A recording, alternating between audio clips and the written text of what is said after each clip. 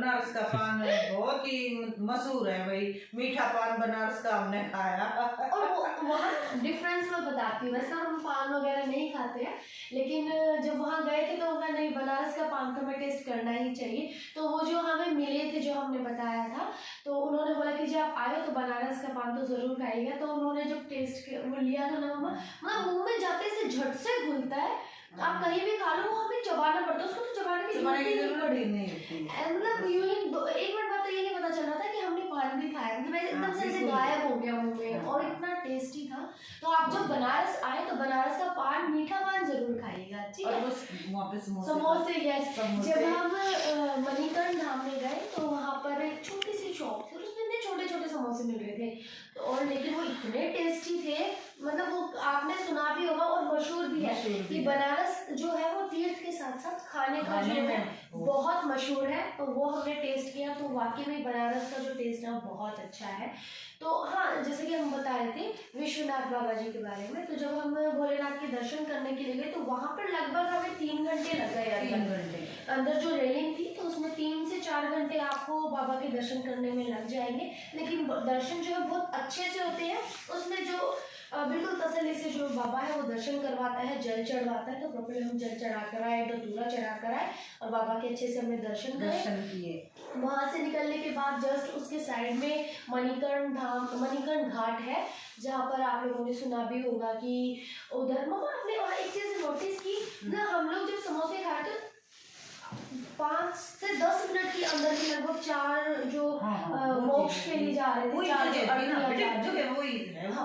तो वहाँ मतलब लगा लो 10 मिनट में 4 से 5 अर्थियाँ जो है वो वहाँ पर जा रही थी। तो पहली बार ऐसे, पहले ना मैं कोई ऐसी चीजें होती थी तो मुझे देखकर डर लगता था, लेकिन मैंने नोटिस किया पहली बार 1% भी ना वहाँ पर डर ही नहीं लगा, बस जैसे आप लोग जाते हैं, हाँ, बस देखिए भगवान इनको मुक्ति प्रदान करे, तो वो शक्ति थी वाकई में वहाँ पर, इतना सा भी हमें डर नहीं लगा, ठीक है। उसके बाद उस घाट पे जाने के बाद में हम लोग जब आप वहाँ जाए तो नाव जो है आपकी नौका विहार वो जरूर करना। वो पूरे बनारस के जो 80 घाट है, चाहे वहाँ तक 80 घाट तक वो दर्शन करा कर लाते हैं। तो वहाँ पर हम जो सारे घाटों के हमने दर्शन करे, केदारनाथ घाट था, मणिकर्णिका दशांग घाट था, तो बहुत अच्छा था। फिर वहाँ पर आते हमें शाम हो गई थी, तो आरती का समय हो गया था। तो देखिए मैं आपसे एक चीज़ तो जरूर बोलूँगी कि अगर आप कभी भी काशी जाए, तो मान लो आप कुंभ के मेले में गए, आप सोचे कि भाई जो लोग सुबह बाबा के दर्शन कर लिए और चल पड़ते हैं, तो आप यकीन मानिएगा अगर आप काशी आए हैं और आपने वाराणसी गंगा की अगर आपने आरती नहीं देखी है, तो समझ लिया आपने मतलब पूरी लाइफ का एक जो सुकून है वो कहीं ना कहीं मिस किया होगा, मतलब जन्नत। इतना अच्छा मैं जैसे टीवी में या फोनों में देखा था कभी कि इस तरीके से आरती होती है, लेकिन वो जो भव्य आरती का नज़ारा हो वो बिल्कुल हम उनके सामने बैठे हुए थे, कितना सुंदर लग रहा है, बिल्कुल समझ सा। और उस दिन मंगलवार भी था, तो वहीं बैठ के हमने, मेरे हस्बैंड का भी मंगलवार का फास्ट था, तो हमने वहाँ पर बैठ के महावीर जी का ध्यान किया, वहीं बैठकर सब पंडितों के साथ हनुमान चालीसा पढ़ी, और उसके बाद माँ गंगे की आरती। बहुत मतलब ये लगा कि हमने 1 से 1.5 घंटा जो काशी वहाँ पर घाट पर बैठ के जो भगवान का नाम लिया ना, मतलब मैं तो कहती हूँ भगवान आपका बहुत बहुत धन्यवाद, आपने हमें इस लायक समझा कि उस भूमि पे बैठकर हमें भगवान का जो भजन करने का मौका मिला। बस उसके लिए तो मैं कहती हूँ आपका बहुत बहुत शुक्रिया अदा। उसके बाद हम लोग वहाँ पर जब सबके दर्शन करके गए, तो काल भैरव के आप जरूर दर्शन करना, वहाँ पर शिव जी का रूप है काल भैरव के रूप में वो, और उसके जस्ट बराबर में है महामृत्युंजय मंदिर जो अकाल मृत्यु से हम लोगों की रक्षा करता है।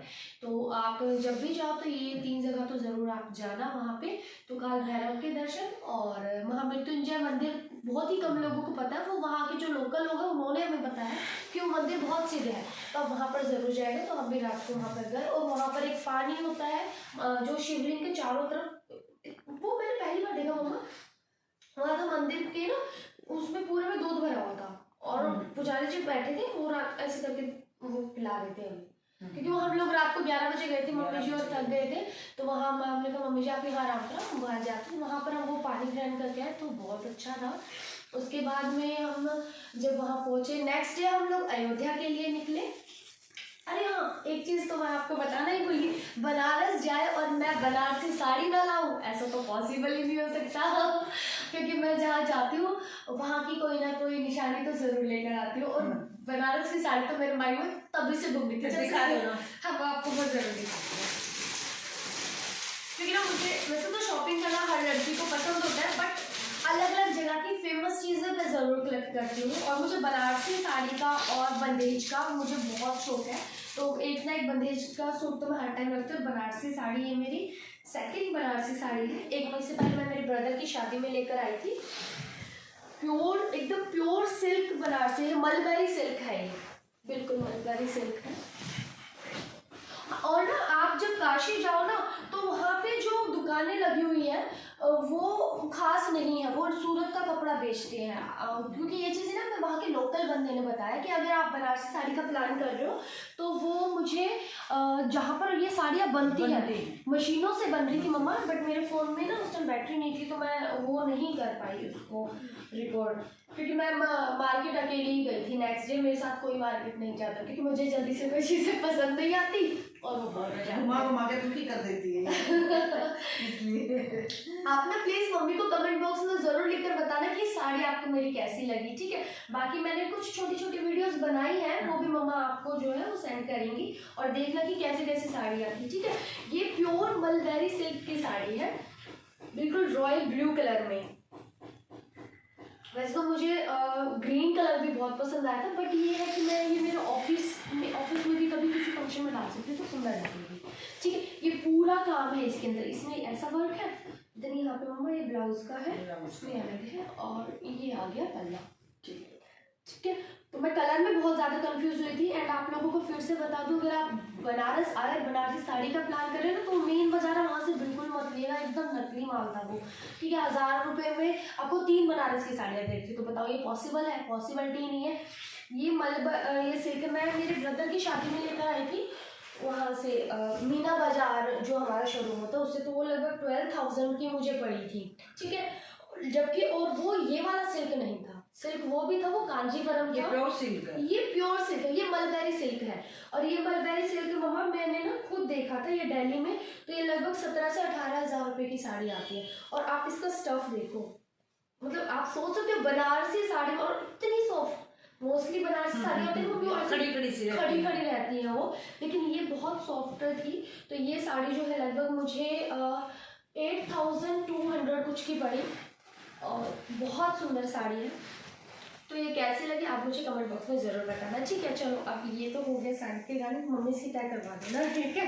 करवा दिए। उसके बाद जी हम लोग गए अयोध्या के लिए। अयोध्या के लिए हमें लगभग 5 से 6 घंटे, काशी से लगभग आप माइंड सेट करके करिएगा कि 6 घंटे में आप पहुंचेंगे। तो हम वहाँ से बाय बस 6 घंटे अयोध्या में पहुँचे, हमें लगभग शाम हो गई थी। पर कहते हैं ना साथ के साथ भगवान जब हमारे साथ, उनका हाथ हमारे सिर पर था तो सब चीज़ें बनती चली गई। और मेरे हस्बैंड के एक फ्रेंड है, वो मतलब फौज में काफ़ी अच्छी पोस्ट पे है, तो उन्हें एकदम से याद आया कि एक बार उनकी ड्यूटी लगी थी अयोध्या।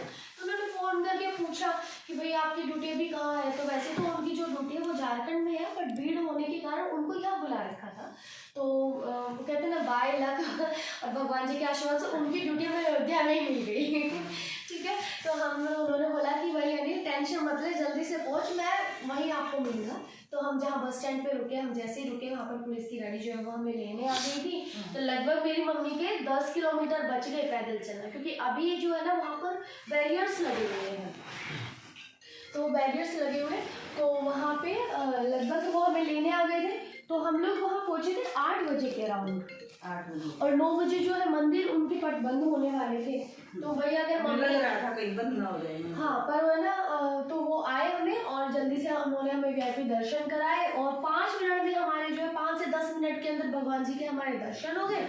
और उसके बाद हम लोग गए हनुमानगढ़ी, वहाँ पर हनुमान जी भी, वहाँ पर भी उन्होंने ही जल्दी जल्दी दर्शन करा दिया। तो वरना हनुमानगढ़ी के अंदर ही आपको 2 घंटे दर्शन करने में लग जाते हैं, 3 से 4 वहाँ दो, और वहाँ हमारा सारा का सारा बेटा दिन का समय नहीं था ना, शाम का समय था, रात का, इसलिए थोड़ा सा कम भीड़ थी। नहीं मम्मी भीड़ तो थी, लेकिन लेकिन वो उनको रास्ता पता था, इसलिए वो हमें अंदर वो नीचे से पीछे के रास्ते से लेके गए थे। तो हमने लगा लो कि जो सारे दर्शन है आधे घंटे के अंदर हमें श्री राम जी के और हमने हनुमान जी के दर्शन कर लिए। उसके बाद हम अपने रूम पर आ गए एंड आज हम लोग गए थे सरयू नदी पे, वहाँ पर हमने भगवान के दर्शन करे, चरण पादुका के दर्शन करे। और हाँ, वहाँ पर हमें पता नहीं था सरयू नदी को मोक्षदायिनी नदी भी बोला जाता है और उस नदी में स्पेशल पितरों की भी पूजा की जाती है। तो हमने वहाँ पर पितृ दर्पण भी करा और भगवान की दया से सब कुछ बहुत अच्छा हुआ।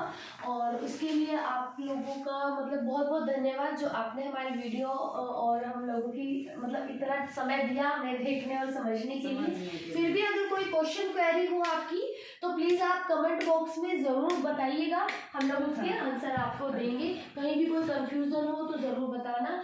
और रूम वगैरह ना आप अयोध्या मंदिर के जस्ट साइड में ना चलकर कैंट की साइड में आना, वहाँ पर आपको सही रेट में और अच्छे होटल्स मिल जाएंगे। तो ये मैं आपको है ना सभी चीज़ों में लिखा, क्योंकि वहाँ पर बहुत एक्सपेंसिव भी था और अच्छे रूम भी नहीं थे। तो कैंट साइड में आप आना, बहुत अच्छे रूम्स मिलेंगे। और अब हमारी ट्रेन है दोपहर की, तो हम लोग वंदे भारत से सीधा दिल्ली जाएंगे और फिर जय श्री राम और जय बाबा बजरंगबली। जय श्री राम। जय श्री राम।